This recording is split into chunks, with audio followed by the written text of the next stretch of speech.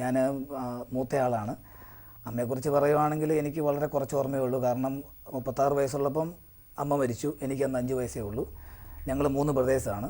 എനിക്ക് 2 അനിയന്മാരുണ്ട്. ഒരാൾ തോമസ്, പുള്ളി ഇപ്പോൾ അമേരിക്കയിലാണ്. ഒരാളുടെ പേര് ബാബു, പുള്ളി ജർമ്മനിയിലാണ്. ഓർമ്മകളെന്ന് പറഞ്ഞാൽ വളരെ കുറച്ച് ഓർമ്മകൾ. പണ്ട് ഒരിക്കൽ അമ്മയുടെ കൂടെ സത്യൻ മാഷെ കാണാൻ പോയത് ഞാൻ ഓർക്കുന്നു. സത്യൻ മാഷ് അന്ന് അസുഖമായിട്ട് എറണാകുളത്ത് ലിസി ഹോസ്പിറ്റലിൽ കിടക്കുന്ന സമയത്താണ്.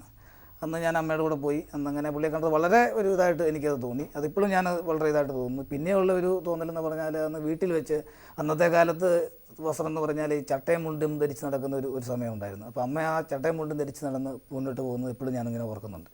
അങ്ങനെ വളരെ കുറച്ച് ഓർമ്മകൾ മാത്രമേ ഉള്ളൂ. പിന്നെ എനിക്കാണെങ്കിൽ പോലും കുറച്ച് കാലങ്ങൾക്ക് ശേഷം സിനിമാ ഫീൽഡുമായിട്ട് ശകലം ബന്ധമൊക്കെ ഉണ്ടായിരുന്നു. ഞാൻ ശശികുമാറിൻ്റെ കൂടെ ഒരു 3 വർഷം അസിസ്റ്റൻ്റായിട്ട് വർക്ക് ചെയ്തിട്ടുണ്ട്. അപ്പം അതുപോലെ തന്നെ ഞങ്ങൾക്ക് ഇവിടെ ഞാൻ അമ്മ വീട്ടിൽ നിന്നാണ് വളർന്നത്. എൻ്റെ കൂടെ അന്ന് എനിക്ക് 5 അമ്മാവന്മാരുണ്ട്. ഈ 5 അമ്മാവന്മാരും പിന്നെ വല്യമ്മ ഉണ്ടായിരുന്നു. അവരുടെ കൂടെയുള്ള ഇതിൽ നിന്നായിരുന്നു വളർന്നത്. അവരൊക്കെ കൂടെ ഇവിടെ ഒരു തിയേറ്റർ നടത്തുന്നുണ്ടായിരുന്നു. അപ്പോൾ എനിക്കൊരു 3ാം ക്ലാസ് ഏതാണ്ട് 8 വയസ്സ് 9 വയസ്സുള്ള കാലഘട്ടം തൊട്ട് ഇവിടെ ഞങ്ങൾക്കൊരു തിയേറ്റർ ഉണ്ടായിരുന്നു. അപ്പോൾ അന്ന് തൊട്ട് ഇങ്ങനെ പഴയ പടങ്ങളെല്ലാം ഒരു സി ക്ലാസ് സ്റ്റേഷനാണ്. അപ്പോൾ പഴയ പടങ്ങൾ കണ്ടുള്ള നല്ലൊരു പരിചയം നമുക്കുണ്ട്. അന്ന് തന്നെ അമ്മയുടെ കുറേ പടങ്ങൾ, അന്നത്തെ പടങ്ങളെന്ന് പറഞ്ഞാൽ നീലക്കുയിൽ, ഹരിചന്ദ്ര, ഭക്തകുചേല, അവകാശി, അങ്ങനെ കുറേ പടങ്ങൾ കണ്ടു. അപ്പോൾ അങ്ങനെ അമ്മയെ എപ്പോഴും കാണുവാൻ നമുക്ക് പറ്റുന്ന ഒരു അവസരം ഉണ്ടായിരുന്നു.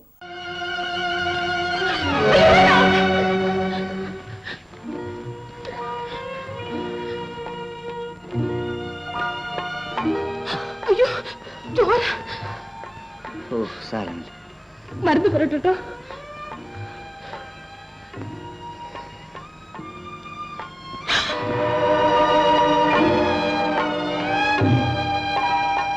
എന്താ? ഒന്നുമില്ല. ആ പ്ലാസ്റ്റിക് താഴെ പുരട്ടിയിരിക്കും.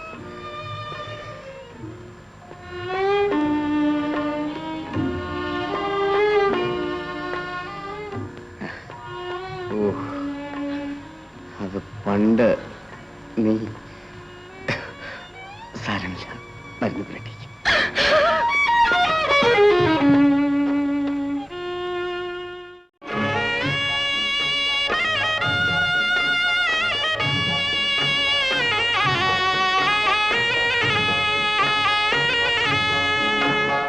ഇവിടെ ഞങ്ങൾ അമ്മയുടെ മെമ്മോറിയലായിട്ട് ഒരു മിനി സ്റ്റേഡിയം എന്ന് പറഞ്ഞാൽ ഏകദേശം ശരിക്കും കേരളത്തിൽ ആദ്യമായിട്ടാണ് ഒരു പ്രൈവറ്റ് പാർട്ടിയുടെ ഇതായിട്ടുള്ള ഒരു സ്റ്റേഡിയം വരുന്നത്. 1000 പേർക്കോളം ഇരിക്കാമായിരുന്നു. അത് മെയിനായിട്ട് ഉദ്ദേശിക്കുന്നത് പ്രൊഫഷണൽ നാടക ട്രൂപ്പുള്ള നാടകങ്ങൾ. അന്ന് ഇവിടെ എല്ലാവർക്കും അന്ന് അമച്ചർ നാടകങ്ങളുള്ള കൂടുതൽ ഉള്ള സമയമാണ്.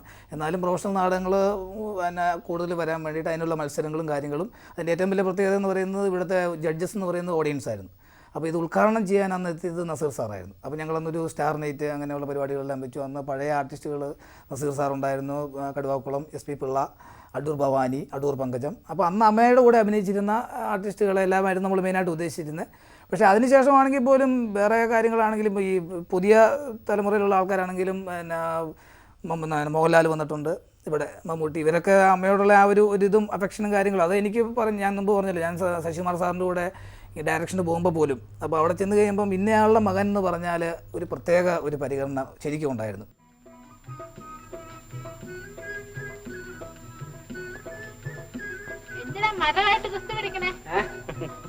ഓഹോ, ഇവിടെ ഒളിച്ചിരുന്ന് പേരക്കൊക്കെ തിന്നാണല്ലേ? ഈ പേരയ്ക്ക് നല്ല മധുരമുണ്ട്. എല്ലാരും പറയുന്നുണ്ട്. എല്ലാരും ചൊല്ലണ്, എല്ലാരും ചൊല്ലണ്.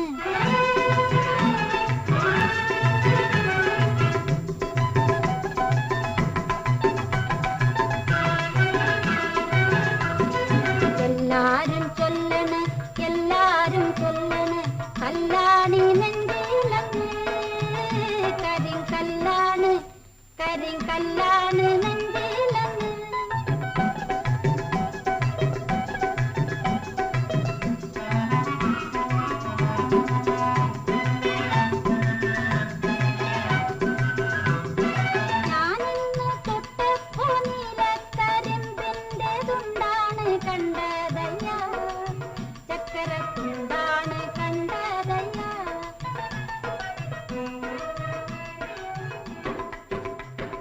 തൊള്ളായിരത്തി 1949 വെള്ളി നക്ഷത്രം എന്ന ചിത്രത്തിൽ ആദ്യം ഒരു എക്സ്ട്രാ ആയിട്ട് അഭിനയിച്ചു. അതിനുശേഷം അന്നേരം തന്നെ ഒരു ഓക്കെ റിപ്പോർട്ട് വന്നതുകൊണ്ട് അടുത്ത പടമായ നല്ലതങ്ക, പുതിയതായിട്ട് നല്ലതങ്കയിൽ ഹീറോയിനായിട്ട് അഭിനയിക്കാനുള്ള അവസരം കിട്ടി. അതിനുശേഷം ഒരു 44 ചിത്രങ്ങളിൽ നായികയായിട്ട് തന്നെ അഭിനയിച്ച് 1963 സ്നാപയോജന എന്ന ചിത്രം അഭിനയിച്ച് അഭിനയം നടത്തി. അതിനുശേഷം മാരീഡ് ലൈഫായിരുന്നു.